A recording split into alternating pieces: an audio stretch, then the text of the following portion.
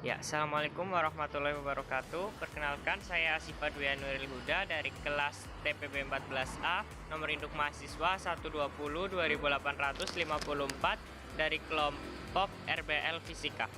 Saya Regina Aulia Yusuf dengan NIM 1202850 dari Prodi Teknik Kimia.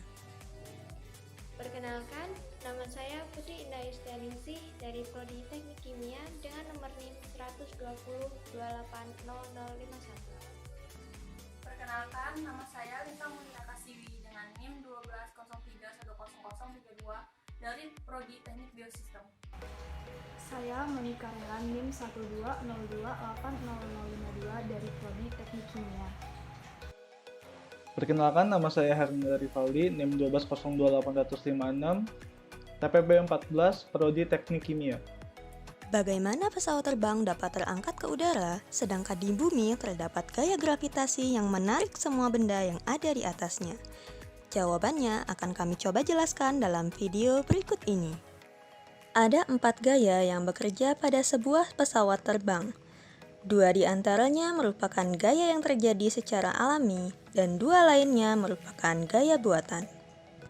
Gaya alami yang pertama adalah drag atau gaya hambat udara yang disebabkan oleh molekul-molekul dan partikel udara. Gaya ini dialami oleh semua benda yang bergerak di udara yang arahnya berlawanan dengan arah gerak benda. Semakin cepat benda bergerak, maka semakin besar pula gaya hambat yang dihasilkan. Agar pesawat bisa terus bergerak maju saat terbang, diperlukan gaya yang bisa mengatasi hambatan udara tersebut, yaitu thrust atau gaya dorong. Pesawat bergerak dengan kecepatan yang sangat tinggi. Oleh karena itu, gaya hambat udara yang dihasilkan sangatlah besar. Agar tidak perlu menghasilkan thrust atau gaya dorong yang terlalu besar, pesawat dibuat menggunakan desain yang streamline atau ramping. Gaya alami selanjutnya adalah gaya gravitasi atau gaya tarik bumi. Agar pesawat dapat terbang, diperlukan gaya yang bisa melawan gaya gravitasi bumi. Gaya ini disebut gaya angkat atau lift. Nah, disinilah tantangannya.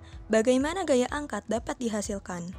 Untuk menjawab tantangan ini, digabungkanlah teori-teori dan prinsip dari beberapa fisikawan, seperti Isaac Newton, Daniel Bernoulli, dan Coanda. Namun, pada pembahasan kali ini kita hanya berfokus pada penerapan hukum Bernoulli pada pesawat terbang. Faktor yang menjadi kunci keberhasilan terciptanya gaya angkat pesawat salah satunya adalah airfoil atau bentuk sayap pesawat terbang yang menerapkan prinsip dari hukum Bernoulli. Secara umum, airfoil terdiri dari 2 bagian, yaitu sisi depan atau yang biasa disebut dengan leading edge dan trailing edge atau bagian belakang dari airfoil. Bentuk sayap pesawat terbang sengaja didesain melengkung pada bagian atasnya. Hal tersebut didesain agar tekanan udara pada bagian atas lebih kecil dibanding tekanan pada bagian bawah. Nah, kita akan coba membuktikannya pada alat peraga yang kami buat dari kertas dan dibentuk menyerupai sayap pesawat terbang yang melengkung pada bagian atasnya. Sekarang, kita akan memberi embusan udara menggunakan hair dryer pada sayap ini dengan arah yang lurus terhadap sayap, dan lihat apa yang terjadi.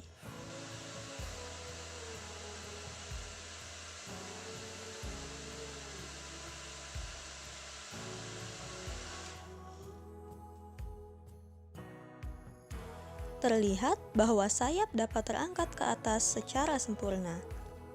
Hal ini ternyata sesuai dengan hukum Bernoulli yang menyatakan bahwa jika kelajuan fluida dalam hal ini adalah udara semakin besar, maka tekanannya akan semakin kecil, dan juga sebaliknya, semakin kecil kelajuan fluida, maka tekanannya semakin besar. Pada sayap pesawat terbang dengan desain bagian atas membentuk lekungan seperti yang sudah kita praktikan sebelumnya, laju aliran fluida pada bagian atas lebih besar dibanding bagian bawah, sehingga tekanan pada bagian atas lebih kecil dibanding tekanan bagian bawah. Perbedaan tekanan pada kedua bagian sayap ini menghasilkan gaya angkat. Dan ada lagi pertanyaannya, mengapa sayap pesawat terbang harus kita buat melengkung pada bagian atasnya? Apakah pengaruhnya pada gaya angkat yang dihasilkan? Mari kita perhatikan video berikut ini. Terlihat bahwa sayap dengan lengkungan pada bagian atasnya dapat terangkat lebih sempurna dibandingkan sayap yang lurus, tidak ada lengkungan sama sekali. Mengapa hal ini dapat terjadi? Pada sayap yang melengkung, jarak yang ditempuh fluida lebih panjang dibanding jarak pada bagian bawahnya. Dengan waktu yang sama, maka kelajuan udara pada bagian atas pesawat lebih besar dibandingkan pada bagian bawah pesawat, karena V berbanding lurus dengan S. Sedangkan pada sayap yang lurus, tidak terjadi perbedaan kelajuan fluida pada bagian atas dan bawah sayap, sehingga tidak ada gaya angkat yang dihasilkan. Kembali ke persamaan Bernoulli. Hukum Bernoulli yang sebenarnya menunjukkan hubungan antara tekanan, massa jenis, ketinggian, dan kelajuan fluida yang dituliskan dalam persamaan. Namun, pada fenomena sayap pesawat terbang, ketinggian dapat diabaikan, karena ketinggian sayap adalah sama. Sehingga dari persamaan ini, rel GH dapat kita coret, menghasilkan persamaan.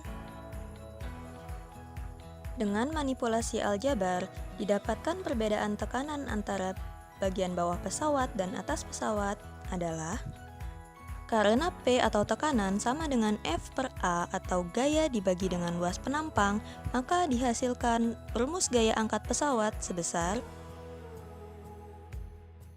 Jadi kesimpulannya, untuk dapat membuat pesawat terangkat ke udara, gaya angkat atau F2 dikurang F1 harus lebih besar dibandingkan gaya berat pesawat itu sendiri atau massa dikali gravitasi.